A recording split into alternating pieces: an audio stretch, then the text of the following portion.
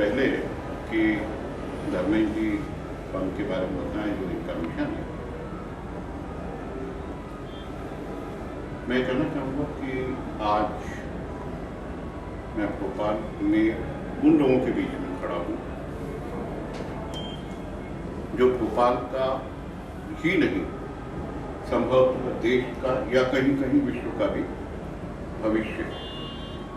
आप मानते हो आप में से कोई न कोई विश्व के किसी न किसी देश में भारत का नाम रोशन करेगा। नंबर 2, मैं उन लोगों के बीच में खड़ा हूं जो संवेदनशील है, जिनकी संवेदना आम आदमी की संवेदना से भिन्न है। संगीत में कौन जाता है?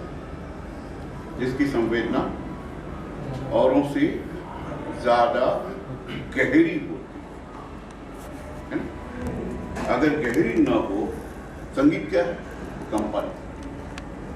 कंपन वो कंपन जो संवेदनाओं से उत्पन्न होता है, जहां शब्दों की आवश्यकता नहीं और इसके बावजूद भी वह जीवन को गति, सक्रियता, ऊर्जा, शांति, साहस सब कुछ देता है। आप जानते हैं कुछ संगीत ऐसे होते हैं जिसकी गड़गड़ाहट से लोग लड़ने मारने मरने मारने पतार हो जाते हैं, और एक संगीत होता है जो किसी बीमार आदमी को भी अच्छी सी नींद दिला देता है। एक संगीत लय ऐसा होती है जिसको सुनने के बाद आदमी आंसू बहने शुरू होते हैं। आप शायद संगीत पढ़े भी हैं, जानते हैं, मैं संगीत बहुत कम जानता हूँ, मगर ऐसा मैंने सुना था कि अगर रे और ध कोमल हो जाए तो आपको दुख भरे गीत अपने आप बन जाते हैं। किया है, कभी ट्राई किया है?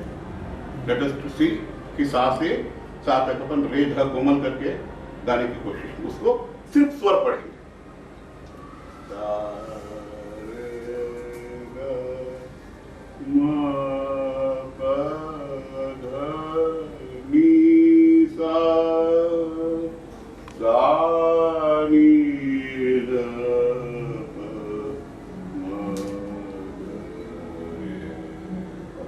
जैसे कोई रो रहा हो, जहां चारों तरफ उदासी छाई, यानी एक स्वर ऊपर नीचे होके आप बोलेंगे क्या विषय, पंख की बात कर रहे थे, संवेदनाओं की बात कर रहे हैं। और संवेदना क्या है?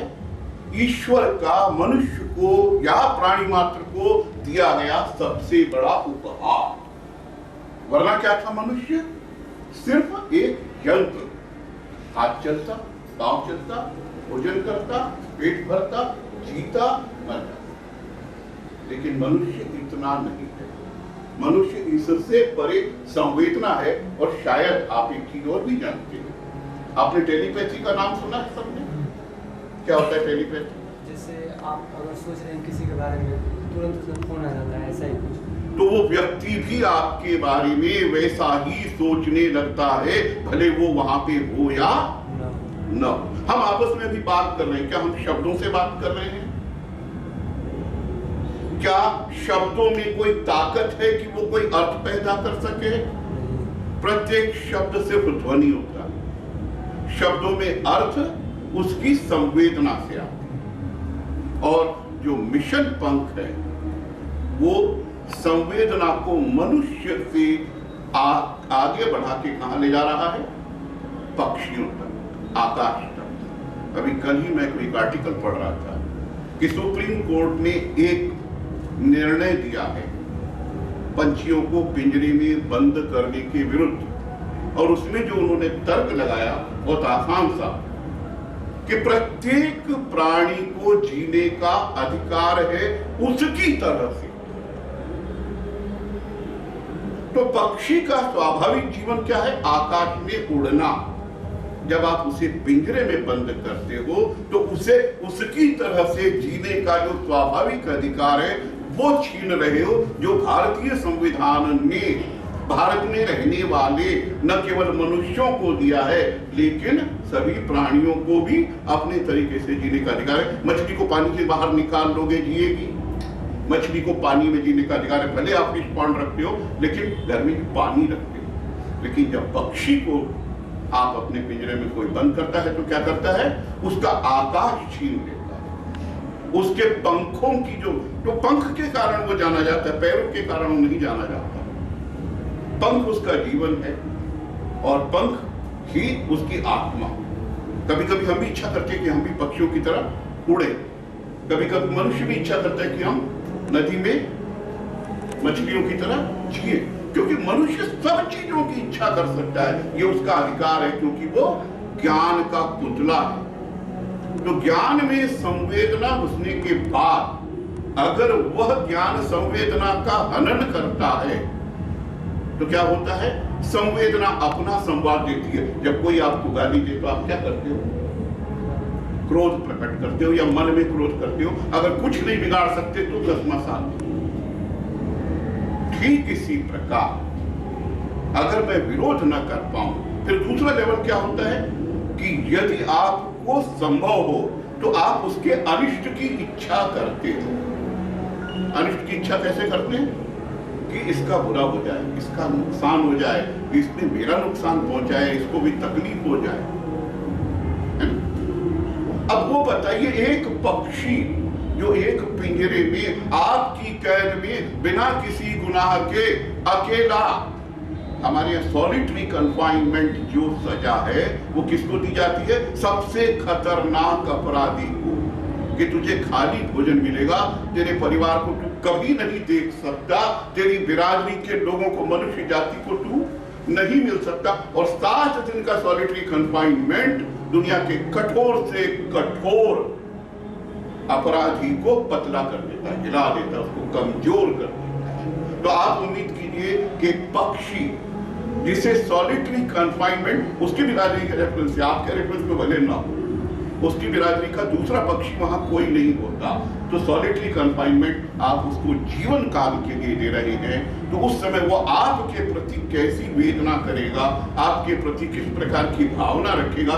एक छोटा सा एग्जांपल देके फिर इनको इनवाइट करता हूं। मेरे एक मित्र हैं,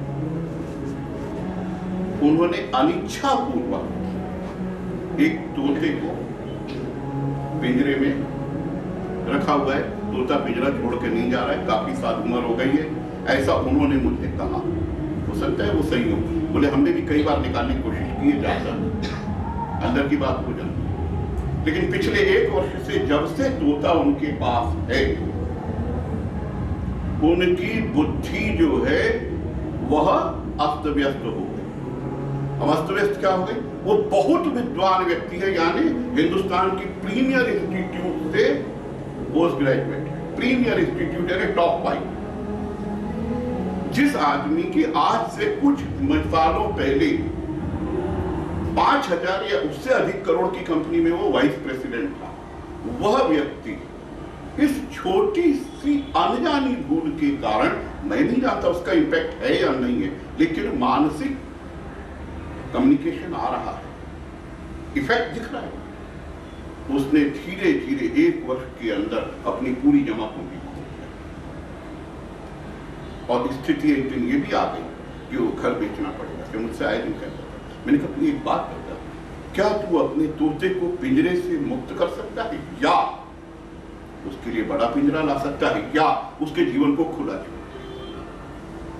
मैंने इनसे निवेदन किया, कभी ले जाऊंगा, साथ में आओ, उसकी मुक्ति भी कराऊंगा। लेकिन जब से इस दिशा में सोचना शुरू हुआ, उसके जीवन में इस जागृत घटना में यहाँ पे गप मारने के लिए चुपचाप आया मुझे।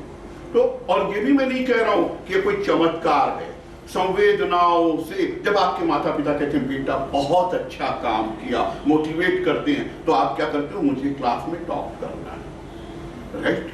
छोटी सी आपकी विजय होकर अगर कोई प्रसन्न हो जाता है तो आप क्या करते हो, और अधिक प्रसन्नता पाते हो। और अगर किसी निराश किया, what nonsense you have done, you have not done anything well,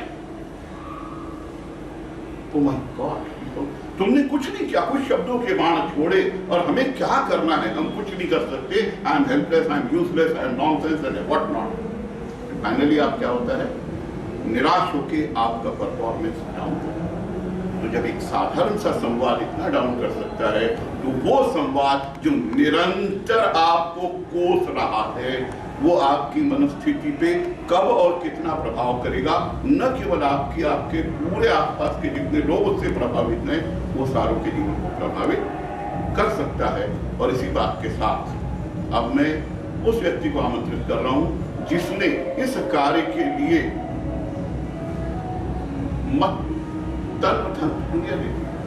मन और प्राण, जब आदमी के जुड़ जाते हैं किसी चीज से, जैसे आपके संगीत से अगर मन और प्राण टूट जाएंगे तो आपका गान क्या होगा, कहां से निकलेगा, भीतर से। आप आंख बंद करेंगे और सुर अपने आप फूटने लगेंगे। तो वैसे ही इनके आंख से वो सुर फूटते हैं जो उस प्राणी को मुक्ति की एक आशा की किरण दिखाते हैं। और उसी का परिणाम है कि आज प्रदेश के अखबारों ने भी इनके कार्य को न केवल सराहा है बल्कि इसे लेकर अपने साथ पूरे देश में जाने की तैयारी कर रहे हैं। और अगर ईश्वर ने चाहा सब कुछ सही रहा तो इस मिशन को हम अंतर्राष्ट्रीय स्तर तक पहुंचाने की भरी पूरी कोशिश करेंगे। मैं आदरणीय धर्मेंद्र जी को निमंत्रित करता हूँ। सबसे पहले तो करण जी आपको बहुत बहुत थैंक्स जो आपने मुझे यहाँ तक पहुँचाया। आप सभी को नमस्कार। मैं बहुत ही ज़्यादा नहीं, सिर्फ 10 ही मिनट दूंगा आपको। हमने दिनचर्या में एक चीज़ जरूर देखी है, शायद हम एक आध दिन में देखते हैं, पिंजरा हम सबके लिए बहुत कॉमन चीज़ है, बहुत ही मतलब इतनी कॉमन चीज़ है कि कभी हमारा ध्यान उस तरफ गया भी नहीं। कभी कभी हमारे दिमाग में ये आता है कि ये चीज़ गलत है, बस इतना सोच के हम लोग छोड़ देते हैं उस चीज़ को गलत है। जिनके घर में पिंजरे हैं मैं उनको भी गलत नहीं बोलूँगा। क्यों? क्योंकि एक छोटा सा एग्जाम्पल दूंगा। एक उनको जिनके घर में पिंजरे, उनको कभी वो एजुकेशन मिली ही नहीं, कभी उनको गाइडेंस मिली नहीं कि पिंजरा क्यों है, क्यों रखा हुआ है, क्या रखा हुआ है। एक एग्जाम्पल है, हमारे घर में शायद 80 से 90% घरों में ये कहा जाता है कि गाय को पहली रोटी दो या केयर करो गाय की, और हमारे यहाँ दी भी जाती है, सब लोग करते हैं। तो वही पेरेंट्स अगर हमको कभी बोले होते हैं कि गाय को आप पानी दो, तो शायद हम उसके अरेंज करते हैं पानी का, क्योंकि एट ए टाइम गाय को एक बार में 12 से 14 लीटर पानी लगता है। मैं आ रहा हूँ अपने उस पर आ रहा हूँ, एक एग्जाम्पल दिया मैंने गाय का। कहने का मतलब है अगर हमको शुरू से ही बोल दिया जाए कि यार ये पिंजरा गलत है, तो शायद पिंजरा रहे ही नहीं। जैसे कि आज हम 20 लोग हैं, आज हम तैयार हो जाएंगे इस चीज़ के लिए। हम लोग आगे भी करेंगे कि जब हमको कभी ये पिंजरा दिखेगा तो हम उसको बोलेंगे, सिर्फ एक ही चीज़ करेंगे, ये चीज़ गलत है, ये चीज़ गलत है। पिंजरा क्या है, मतलब आप एक चीज़ को समझिए। अगर उसको हम अपने आप से कंपेयर करते हैं, अगर मैं पिंजरे को अपने आप से कंपेयर करता हूँ, मान लीजिए कि मैं तोता हूँ या पैरेट, एक नॉर्मल पैरेट हूँ। थोड़ी देर के मान लीजिए कि मैं पैरेट हूँ, मेरी हाइट 5 फीट 9 इंच नहीं है, मैं एक पैरेट हूँ, एक अच्छा पैरेट हूँ, मुझे पकड़ लिया गया। तो मुझे एक स्टैंडर्ड जो पिंजरे का साइज है उसको मैंने कन्वर्ट किया है कमरे से, कि अगर मैं पैरेट होता तो मुझे कैसा स्पेस मिलता। तो आप गौर करिए,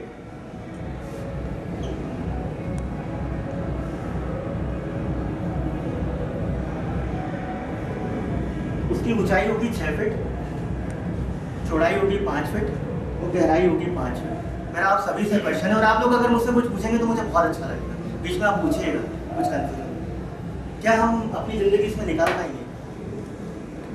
सभी से पूछूंगा। और ये किस जुर्म की सजा है, मैंने क्या क्राइम किया है जो मुझे एकदम से सडनली पकड़ लिया गया और मुझे इसमें डाल दिया गया। अगर आप कैद करते हैं, मुझे जिंदगी निकाली है, तो शायद मैं इसमें निकाल दूंगा। हमारे यहाँ भी कैद होती है, कैदियों की होती है, जो भी अगर हम क्राइम करते हैं तो हमें सजा मिलती है। पर उसका एक लेवल है, उस जेल का एक लेवल है, उसके क्या डेफिनेशन होनी चाहिए, इसकी उससे क्या है। मतलब ये मैं आपसे बहुत बड़ी चीज़ सोच रहा हूँ, पूछ रहा हूँ कि अब पिंजरे पे कभी हमारा ध्यान नहीं गया। हमने कभी ये भी नहीं सोचा कि वो पैरेट रह कैसा रहा है, हमें खूबसूरत लगता है, हम अपनी उसकी बालकनी में टांग देते हैं, उससे बातें करते हैं, उससे हम रिश्ते बना लेते हैं। मैं बहुत घरों में जाता हूँ, क्योंकि मेरा काम ही यही है, शाम के टाइम 1 घंटा मैं देता हूँ उस चीज़ में, कि मुझे कॉल आते हैं कि मैंने कहीं पैरेट देखा, तो उनके घर जाता हूँ, यही 10-15 मिनट उनको समझाता हूँ, बाद में वो उसको छोड़ देते हैं। क्योंकि मेरा मानना है कि अंदर से कोई गलत नहीं है। अगर आज के बाद हमें कोई अच्छी एजुकेशन है, हमें कोई अच्छा रास्ता दिखाए, ये चीज़ गलत है, तो हम उसको एक्सेप्ट करते हैं, क्योंकि हम लोग सब लोग सामाजिक लोग।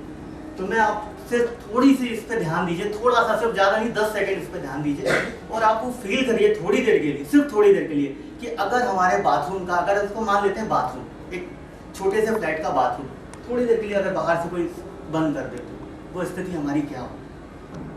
अब मैं आपसे क्वेश्चन करूँगा, एक पैरेट की जो ज़िंदगी होती है कितनी होती है आपको मालूम है? आपको किसी को तो मालूम होगा। एक तोते की ज़िंदगी 25 साल नहीं, 45 साल जीता है पैरेट। तोता 45 साल जीता, उसकी परफेक्ट एज 45 साल होती है, 40 से 45 साल उसकी ज़िंदगी होती है।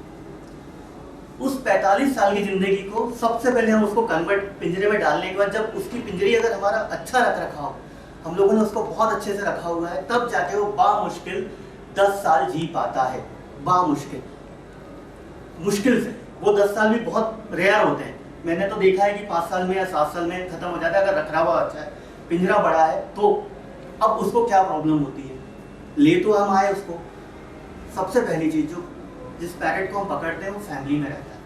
अभी एक सर्वे हुआ था अग्रवाल जी, उसमें पैरेट के बारे में पूरा बताया था कि पैरेट अपने बच्चों के नाम भी रखता है, अपनी फैमिली में रहता है, ग्रुप में तो रहता ही है, वो अपने झुंड में रहता है, लेकिन वो अपनी फैमिली का नाम भी रखता है, बच्चों का नाम रखता है। वो सडनली गया, निकला और उसको पकड़ लिया गया और हमारे यहाँ लाके रख दिया गया। अब उसके बाद जो 45 साल की जिंदगी है, जो मिनिमाइज हो रही, छोटी होती जा रही है, 15 साल का, वो 15 साल कैसे जीता है मैं आपको सिर्फ 1 मिनट में स्टोरी बताता हूँ।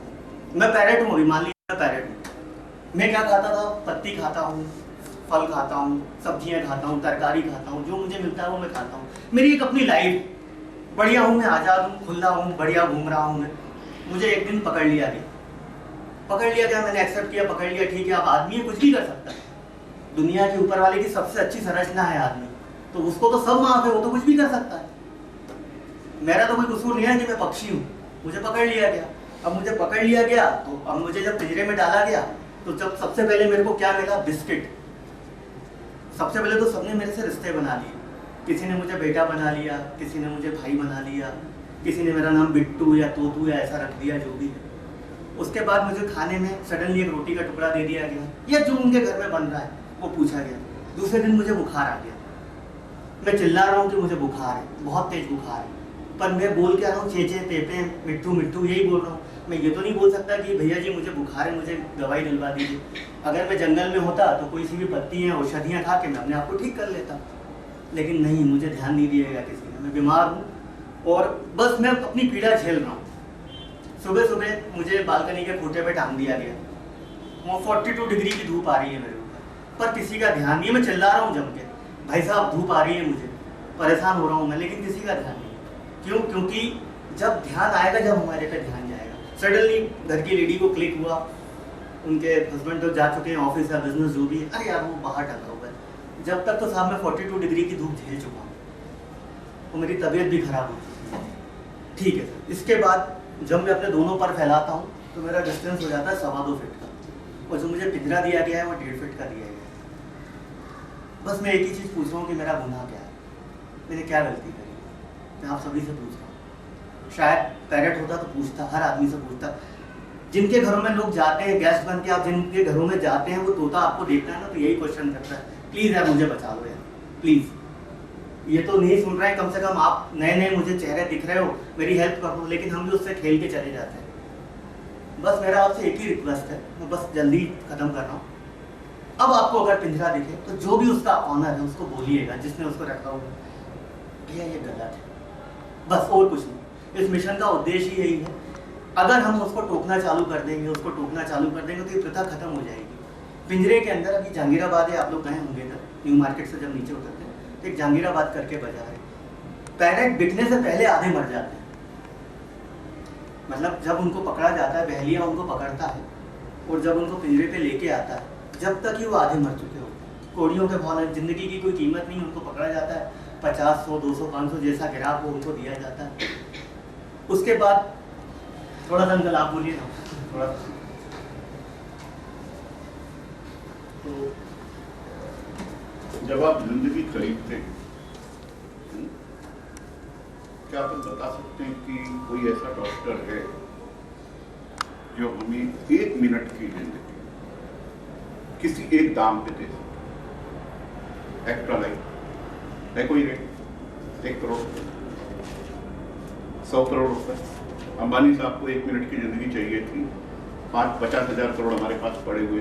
Can I take 1 minute? हम 1 मिनट की जिंदगी धरती से लेकर आसमान तक अगर सोने का ढेर बिछाकर डॉक्टर को हैंडओवर करे, नहीं दे सकते।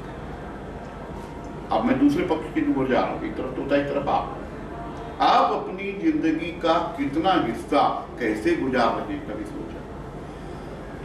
आप अपनी कीमती जिंदगी को किस तरीके से बेहतर गुजार सकते हैं, इसके बारे में सोचा? कितना समय सोने और खोने में गुजरा सोचा। अब दूसरी तरफ उस पक्षी के पास जाओ। हम थोड़ी देर के लिए आपके पास इसलिए आया था मैं कि आपको एक संवेदना दें कि आपका जीवन, हमने तो 60 गुजार लिए, -60 हमारी एज है, आपकी -20 -30, प्लस कोई के पास एज है क्या? मगर प्लस एक्सपेक्टेशंस है। तो अब भी हम अपने बलों का उपयोग उस अनगिनत रुपए के हिसाब से लगाएं। अब ये पक्षी के पास जाइए जिसका जीवन सिर्फ खुला आसमान, वह किसी से कुछ नहीं मांग रहे, सिर्फ मनुष्य को मांगने की जरूरत पड़ी है। तो खुले आसमान में जीने वाले पक्षी के जीवन को हम जब 6 फीट बाई 6 फीट के कमरे में कैद करते हैं, जहां ये बता रहे थे कि पर फैलाने को ऐसा बांध के अगर आपको रख दिया जाए, कितनी देर रहोगे साहब? ऐसा घुटने भी बंधे, यूं बंधे हुए, ऐसे ही रहना, हाथ नहीं खुलना चाहिए, टकरा जाओगे। आपके दांत तोड़ दिए जाएं, कई लोग चोंच काट देते हैं। आपके पर कतरने का मतलब ये हुआ आपके हाथ का इतना हिस्सा, ताकि वो साइज में जाएगी। मैं ये भी जानता हूं, देखो मैं इस समय ये विषय नहीं बोलना चाहता कि कोई प्राणी मर जाता है तो उसका जीवन समाप्त। अब उसके पास पीड़ा नाम की चीज नहीं है। पीड़ा का संबंध सिर्फ जीवन से, यंत्रणा का संबंध सिर्फ जीवन से। और चूंकि हम संवेदनशील हैं, इसलिए हम लोगों ने शुरुआत वहां से की है जहां पे संवेदना अपनी पीक पे हो। हमारा पहला क्षेत्र भी संगीत कक्षा था, दूसरा क्षेत्र भी संगीत कक्षा है।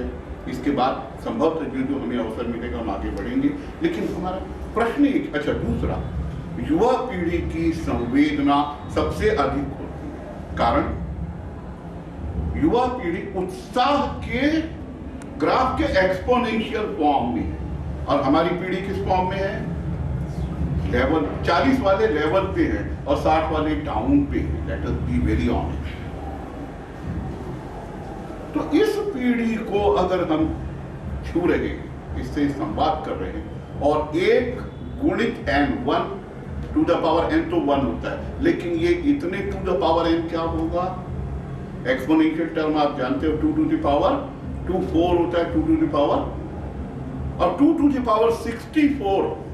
आपको चेस के गेम में वो कहानी याद होगी जब कहा गया था कि हर खांचे में पिछले के दुगने चावल कृपया दे दीजिए हमें। राजा साहब से कहा हमें ज्यादा पैसे नहीं चाहिए, वो गणितज्ञ था, और उन्होंने देखा कि मेरा पूरा राज्य अगले 100 सालों तक का अनाज भी दे तो कम पड़ेगा। 2 टू द पावर 64 ऐसा होता है। तो एक्सपोनेंशियल टर्म में हम मार्केटिंग नहीं करते, because we are not gaining anything. मगर हम संवेदनाओं की तीव्रता का एक ज्वार पैदा करना चाहते हैं। वो संवेदना जो कम से कम जीवित पशु तक, पशु की व्यवस्था कुछ न कुछ हो रही है, जीवित पक्षी के पास इसलिए हम लोग हैं। और हमें उम्मीद है कि अगर बात कहीं यहां लगी हो तो मुंह से कहीं न कहीं आवाज और समय आने पे आह निकलेगी। हमें वाह नहीं चाहिए, क्योंकि वाह उन्हें दीजिए जिन्हें तालियों के सहारे जो जीते हैं, और हम तो संवेदनाओं के सहारे जीना चाहते हैं। तो जो भी आह आपकी नहीं, उस आह को आप तक पहुंच जाए, और उस आह के कारण जो गति और तीव्र उसमें आपने जो प्रतिक्रिया आप व्यक्त करेंगे, वही इस मिशन की सार्थकता है। धन्यवाद।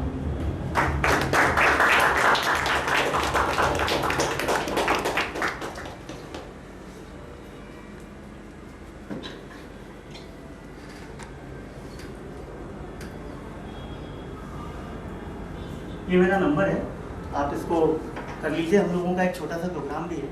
आपको अगर कहीं पैरेट दिखता है कहीं भी आपके सर्कल में, तो आप मुझे एक कॉल करिए और उसका एड्रेस मुझे मैसेज कर दीजिए। आपका नाम नहीं आएगा, हम लोग उनको जाएंगे, उनके घर में हम लोग समझाते हैं। मैं और मेरी वाइफ जाती हैं, या कभी मैं अकेला जाता हूँ। जैसा हम लोगों का भुगतान होता है वैसा हम लोग बना के चले जाते हैं। उनको 10 से 15 मिनट समझाते हैं। हम 2 तरीके से काम करते हैं। अगर फ्रेश अच्छी नया पक्षी है तो हम लोग उसको आज़ाद करवा देते हैं। मान लीजिए किसी बर्ड को 4-5 साल हो गए, अब वो रह नहीं सकता उसके अंदर, वो तो आदी हो गया है, जा भी नहीं सकता, तो फिर उनकी उस पक्षी की हम लोग लाइफ स्टाइल चेंज करवा देते हैं।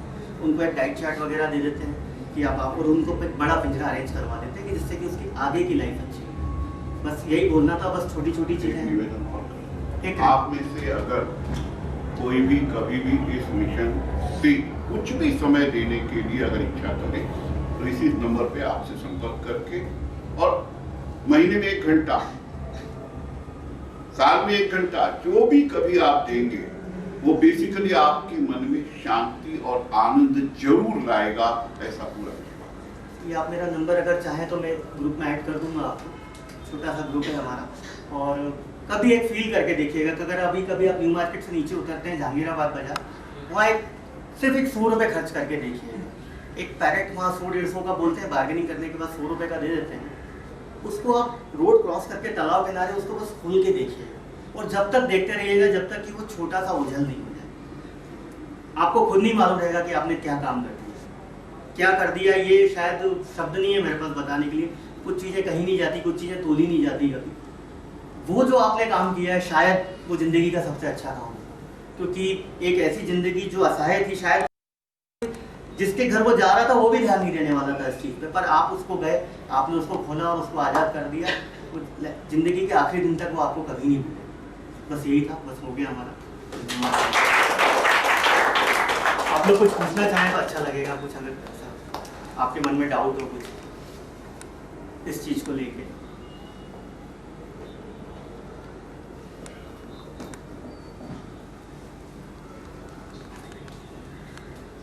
ठीक है, सबसे पहले रमीन जी आपको बहुत थैंक यू। आप लोग यहाँ पे अपना टाइम दिया हम लोग को। हम लोग वैसे नॉर्मली यहाँ पे केवल म्यूजिक प्ले करते हैं, आज कुछ और बातें भी की हम लोग ने। उम्मीद है काफ़ी कुछ हम लोग को भी सीखने को मिला, और हमारे पास और भी स्टूडेंट्स काफ़ी बार आते हैं, है ना। एंड प्लीज़ आपको बहुत वेलकम करेंगे, कभी भी आप आगे आना चाहें या कभी भी आएँ। नहीं, ये क्लास है हम लोग की और भी कई सेंटर्स हैं, ठीक है। आप लोग को कोई भी इस बारे में डाउट है, कोई भी चीज़ हो, आप लोग मुझसे इनसे किसी भी कॉन्टैक्ट कर सकते हैं, ठीक है। ठीक है, मेरे हिसाब से धर्मेंद्र जी की सोच ही अपने आप में इतनी खूबसूरत है कि मतलब उनके साथ लोग अपने आप जुड़ते जा रहे हैं। ये मेरे कुछ दिन पहले BHL वाली क्लास में आए थे, दैनिक भास्कर में हम लोगों ने उनका आर्टिकल पढ़ा, ठीक है। तो बस यही मेरी एक रिक्वेस्ट है, अगर कुछ भी आप इस चीज़ में सपोर्ट कर सकें तो प्लीज़ बताएं। बस यही। आज से अगर आपको पिंजरा दिखता है तो बस आप उनको टोकिएगा। सिर्फ हमारा मिशन ना कोई झंडे लगाना है, ना आंदोलन करना है, ऐसा कुछ भी नहीं है। हम सब अच्छे परिवारों से हैं, ना हम लोगों के पास इतना टाइम है। आपको बस पिंजरा अगर दिखता है तो उसको टोकिए जाके कि ये चीज़ गलत है। बस हमने शुरू किया है, बस आगे आप लोगों को ले जाना है जैसा भी है। और मुझे बड़ी खुशी होगी कि आप मुझे कॉल करेंगे। अगर एक भी आदमी है तो मैं उसके लिए आऊँगा। ऐसा नहीं है कि 10-20 लोग हैं, ऐसा कुछ भी नहीं। हम लोग तो सिर्फ 1 लोगों के लिए या 2 लोगों के मैं और अंकल जाते हैं। और अंकल बहुत बड़े लेखक हैं, अंकल का परिचय दूँ। अंकल को US, कनाडा, ऑस्ट्रेलिया में हिंदी साहित्य के ऊपर बहुत सारे अवार्ड मिले हुए हैं। प्लीज़ एक बार। और अंकल ने अभी एक बुक लिखी है विकल्प, जो कि आप लोग खरीदिएगा बाजार से, बहुत अच्छी बुक है। राजनीति को मैं चाहूँगा अंकल बाजार में नहीं है बाजार में। ये पुस्तक विकल्प 2020 नए विषय से मैंने इस दृष्टिकोण से लिखी है कि प्रत्येक व्यक्ति, प्रत्येक युवा से लेकर कोई भी अगर अपने जीवन की सबसे ऊंची चीज को पाना चाहे तो पूरे जीवन के रास्ते में जितनी भी अड़चनें आती हैं और जितनी संभावनाएं आती हैं, उसमें आपको क्या करना है उसका पूरा समाधान करीब 200 सूत्रों में दिया है। 360 पेज, 295 पेज की उस पुस्तक की विशेषता है कि पेज नंबर 23 से लेकर और पेज नंबर 295 तक किसी भी पन्ने में कोई भी 4 लाइन अगर आपको पढ़ेंगे तो आपको एक जीवन का मूल्य उसमें मिल जाएगा। ये उसकी अपनी यूनिकनेस है। बस थैंक यू।